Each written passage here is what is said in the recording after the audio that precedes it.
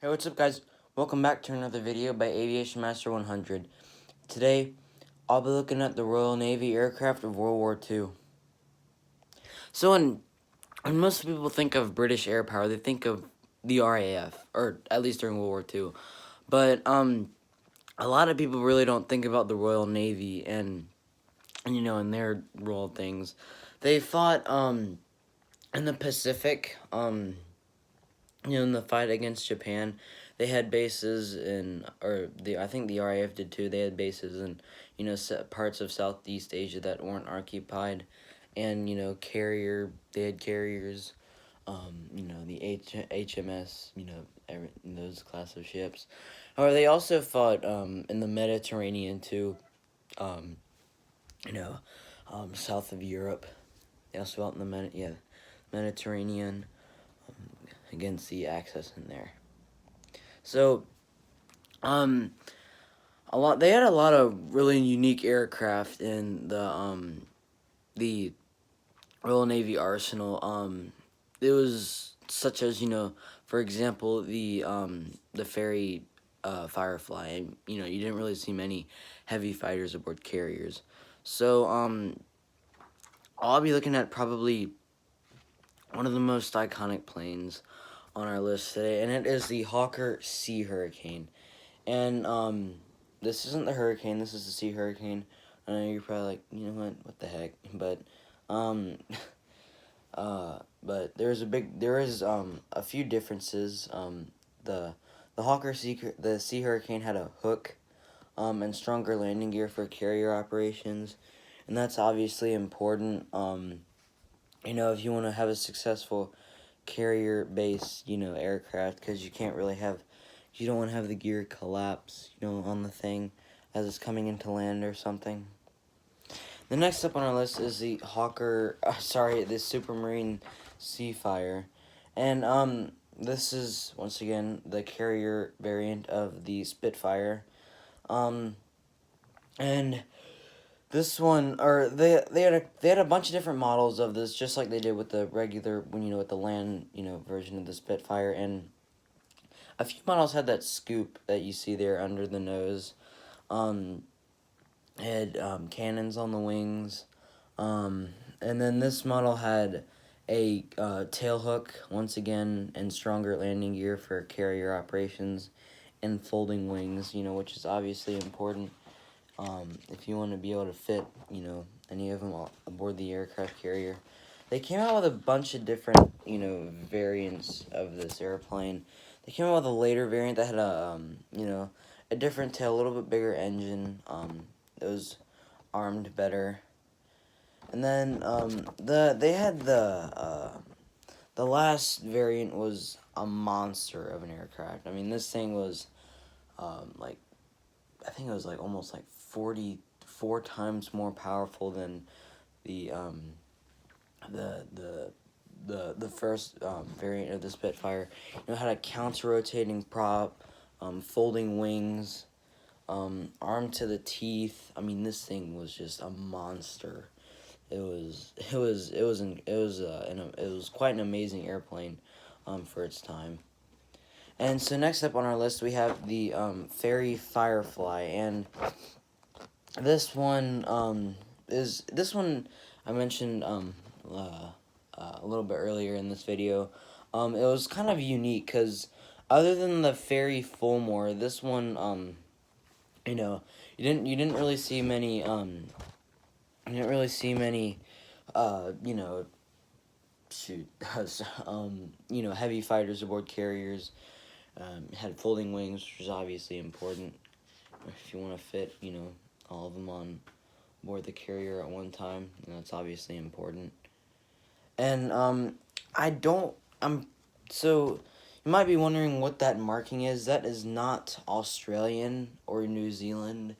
That is actually just the Pacific marking for the Royal Navy, and I think the RAF also took a similar marking for the fight against the Japanese. But that is what that is. That is not Australian or New Zealand. Um, in case you're wondering, so that would be the regular marking that you probably see in the Mediterranean. then that would be the marking that you would see in the Pacific. And it was a really yeah, like I said before, it was unique. You know, you didn't really see like heavy fighters, war carriers, but like I said before, the Royal Navy had a lot of very unique aircraft in their arsenal. Next up, we have the Fairey Swordfish. You're probably wondering right now, what are you doing? This is a World War I aircraft. Well, it looks a lot like one. It was definitely outdated, but it managed to be a successful aircraft. It was a torpedo bomber, and they could snatch a torpedo on there. They even put like floats on some of them, you know, for a sea base, which I thought was kind of neat. And yeah, they could snatch a single torpedo under the fuselage. Toward kind of the beginning of the war, they actually sank 3 Italian battleships in a harbor at the beginning of the war, and that ultimately proved that the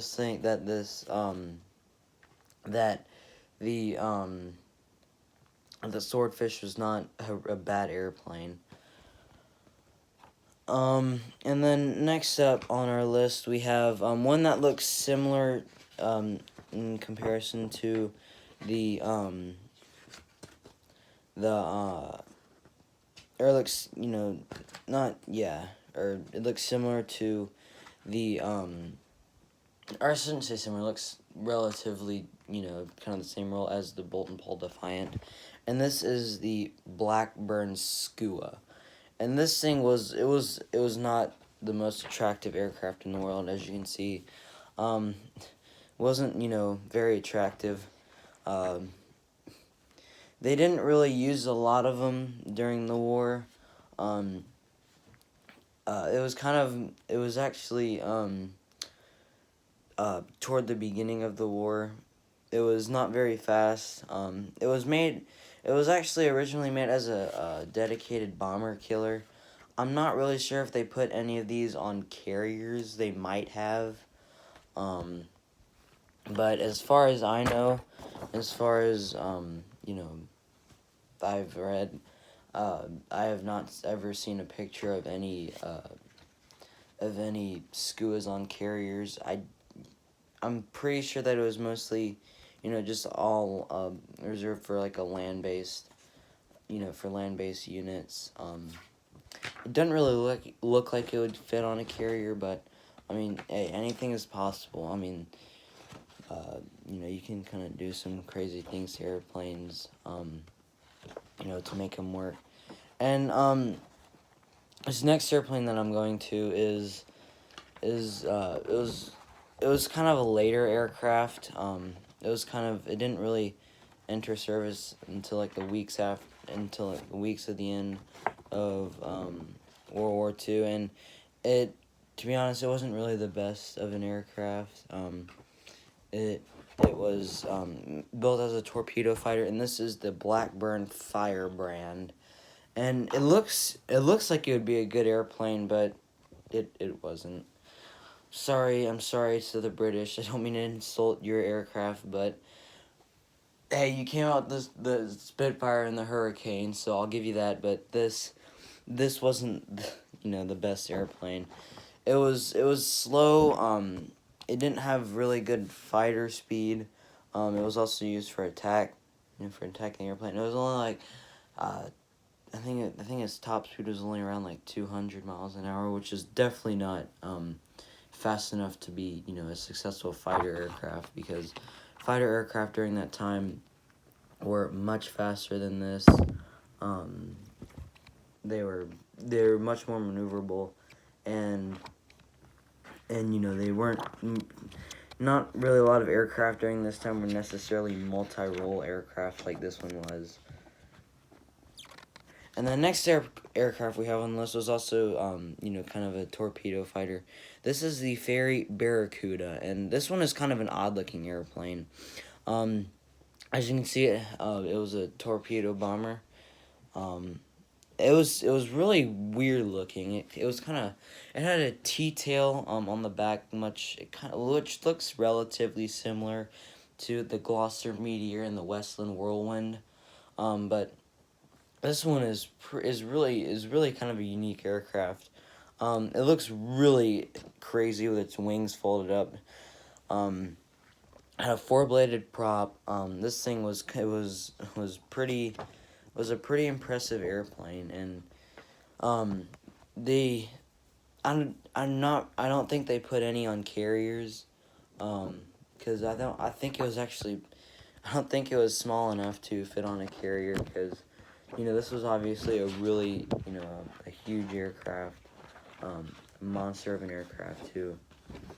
And then now we are getting into the imported aircraft from the United States, and sorry about that. They had a lot of, they had a whole lot of imported aircraft, everything from like Vindicators to Corsairs. I mean, they had pretty much everything that the U.S. Navy had in their arsenal. So let's take a look at them now. So, oh wait, sorry about that. Sorry, I'm like using this book because it was the only images I could find. There's another, so here it is. So this is the Vindicator, and this was a dive bomber. It was kind of an early war aircraft. It was first developed in like the 1930s. It wasn't used in widespread use with the Americans, or it wasn't in wide use with the Americans. But it was kind of a neat looking airplane. In my opinion, I thought it was kind of cool looking, and sadly, most of them were shot down. And it was really kind of sad, because that was a really kind of a cool looking, kind of a neat aircraft in my opinion, especially since the fact that it was kind of an early war fighter. It was a dive bomber, had folding wings. This one could fit on a carrier. It looks like it would be a pretty big aircraft, but it was small enough to fit on a carrier. And next up we have the Grumman F4F. Oh wait, sorry, the F6, the F6F. Wait a minute. Yeah, sorry about that. The F6F Hellcat, and this was built by Grumman. Same people who built the Wildcat.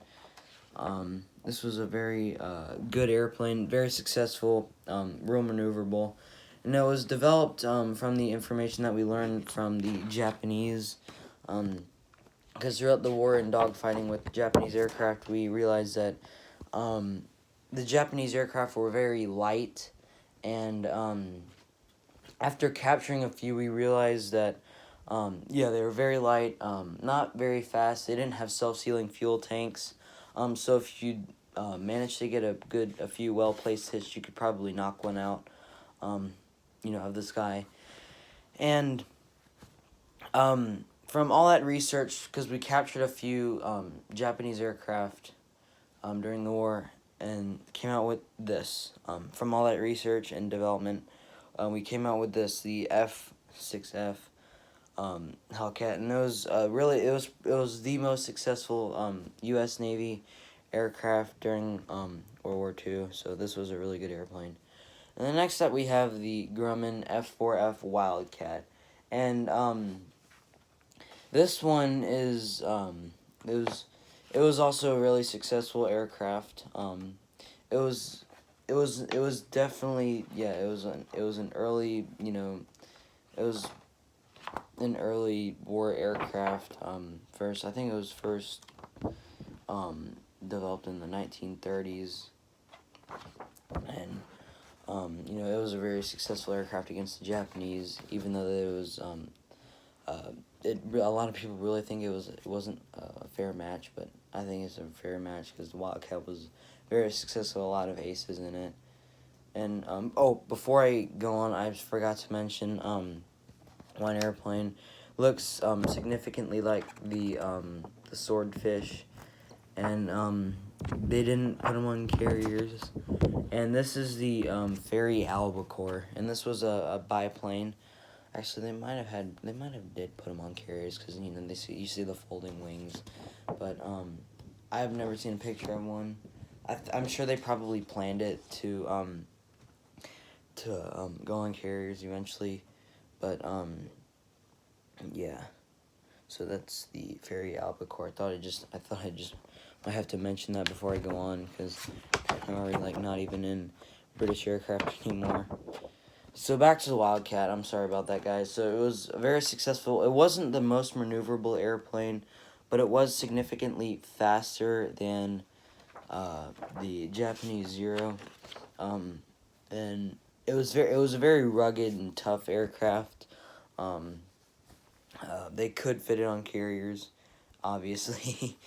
And yeah, it was very successful in its role during World War II. It definitely deserves its place in the history books. And next airplane is this was a bomber. Sorry about this. This is the SDB Dauntless, and this was a very successful dive bomber of World War II. They, especially during the Battle of Midway, it ultimately what turned the tide for the U.S. during World War II. During the Battle of Midway, I think this airplane definitely deserves its fame, because it was very successful. It was rugged, tough, and it could pack a punch. I mean, that thing could hold, I think it was like a 500-pound bomb in the middle fuselage, and then along with 100 pounds or even 250-pound bombs, and for its payload, and it was very successful. The next up, we have the Grumman Avenger. This was ultimately what replaced the Fairey's, the Swordfish. Even though the Swordfish was a successful aircraft, they needed a modern,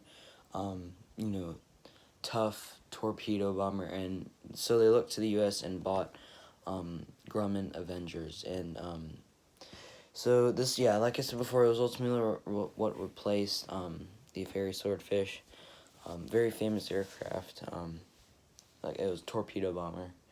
It could also be used for carpet bombing, just conventional bombing, but its main role was acting as a torpedo bomber. And then this next aircraft that we have on the list, it was built by Curtiss, same people who built the P-40 Warhawk, the P-36, and it is the SB-2C Helldiver. And this was a very successful aircraft. It was very tough, fast for a bomber, and for the U.S. it was actually very successful too. It's actually what sunk the Yamato. It was one of the largest battleships in the world. I think actually it was the largest battleship in history. Yeah, but it proved no match against the Helldiver, because it was ultimately what sunk it, and brought the U.S.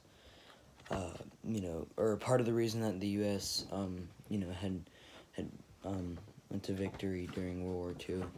Then this next aircraft, no, sorry, I keep saying that. And anyway, next up on the list is, oh, I'm so sorry, guys. I forgot to mention another British aircraft. This is the Fairey Fulmore, and this was also used as a heavy fighter, much like the Fairey Firefly.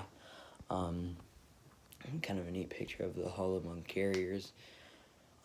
Yeah, but there's that aircraft, heavy fighter, another unique aircraft, for its time. And then next up on our list is a plane that inspires all today. It was built by Vought, and it was very successful, cool looking, fast, real neat. And it is the F4U Corsair. And kind of a cool picture of it.